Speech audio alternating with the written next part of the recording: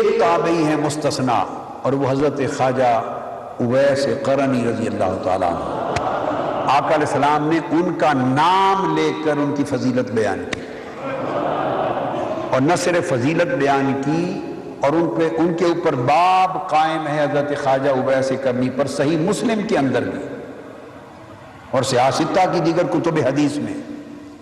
اور آقا علیہ السلام نے سیدنا فاروق اعظم اور سیدنا علی شیر خدا رضی اللہ تعالیٰ عنہما کو دونوں کو نصیحت اور تلقین فرمائی کہ اس میرے اویس کو ضرور ملنے جانا، اور اگر تمہاری ملاقات ہو اویس قرنی سے تو اس سے دعا کروانا، تو اسے کہنا میری امت کے لیے دعا کرے، میرا سلام پہنچانا اور میرا پیغام پہنچانا کہ میری امت کے لیے دعا کرے، اور اس کی دعا سے اللہ تعالیٰ میری امت کے بے حساب لوگوں کو بخشے گا۔ چنانچہ حج کے موقع پر جب یمن سے لوگ آتے اور مختلف ممالک سے وفود آتے تو سیدنا فاروق اعظم رضی اللہ تعالیٰ عنہ کھڑے ہو کر پوچھتے حرم کعبہ میں کہ یمن سے کون کون لوگ آئے ہیں، کھڑے ہو،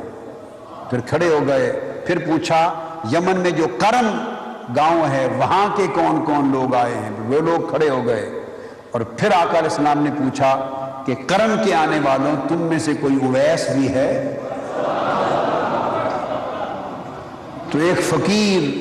مست الست فقیر اٹھے، کہنے لگے میرا نام اویس ہے۔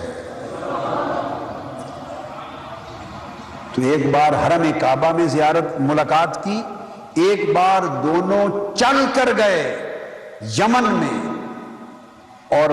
قریہ یعنی بستی قرن میں، اور حضرت اویس قرنی کی زیارت کی جا کے سیدنا فاروق عمر بن الخطاب رضی اللہ تعالیٰ صحابی ہو کر خلفائے راشدین میں خلیفہ راشد ہو کر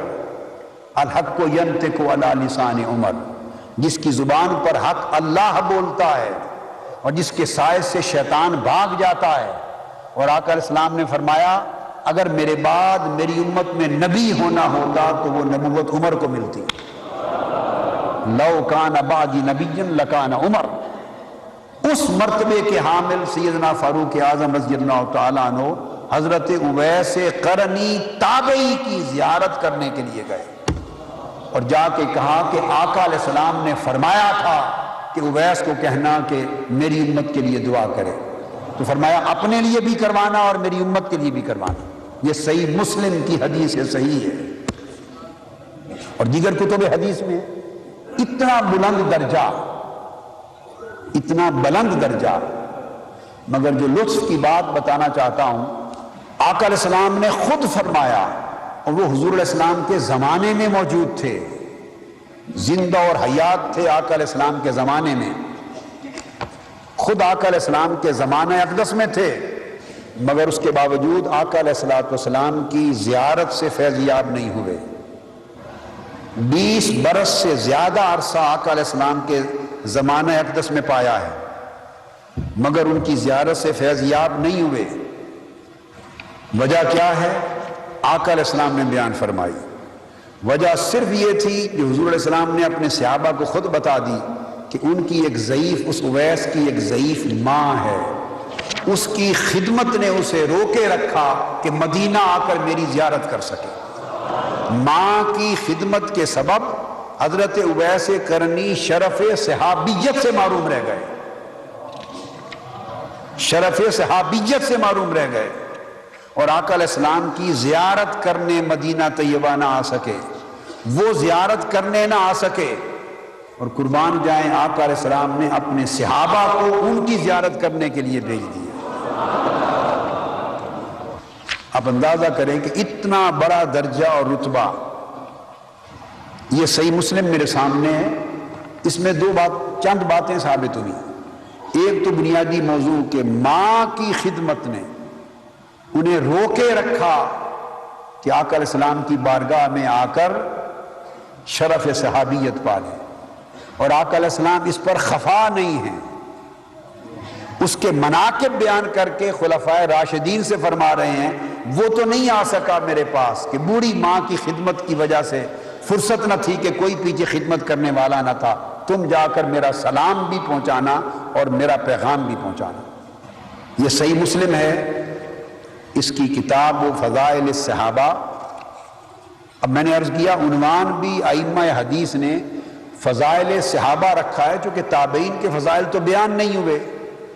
اور فضائل صحابہ میں ہی ایک باب امام مسلم نے فضائل اویس قرنی کے نام پر قائم کر دیا ہے۔ باب من فضائل اویس القرنی رضی اللہ عنہ، صحیح مسلم میں حدیث نمبر 2542،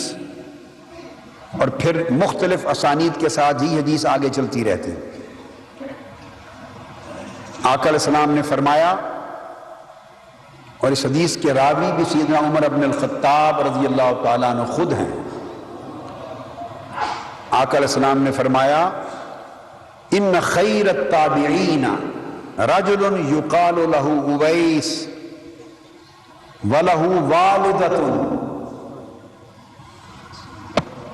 سب تابعین میں خیر التابعین ایک شخص ہے، اس کا نام اویس ہے۔ اور خیر التابعین کہہ کر سبب بیان کیا کہ صحابی اس لیے نہیں بن سکا وَلَهُ وَالِدَةٌ، اس کی ایک بوڑھی ماں تھی، یہ اس کی شرح الحدیث ہے، ضعیف ماں تھی، اس کے سوا کوئی خدمت کرنے والا نہ تھا، ماں کی خدمت نے اسے روکے رکھا کہ میری زیارت کر کے شرف صحابیت پالے۔ وَكَانَ بِهِ بَيَاضٌ، پھر آگے ہاتھ کے اوپر ایک نشان ہے،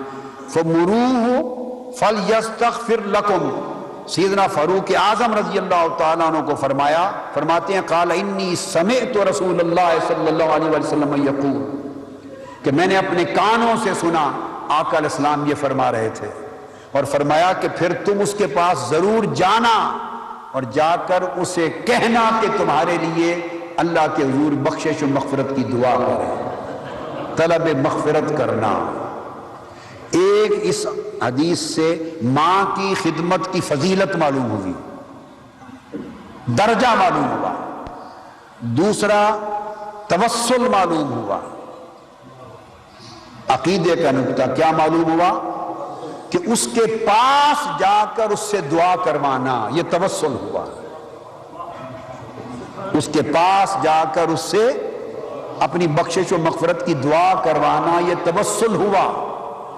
اور تیسری بات ثابت ہوئی، اولیاء، صالحین اور اہل خیر کی زیارت کے لیے جانا حکم رسول ہے اور سنت خلفائے راشدین ہے۔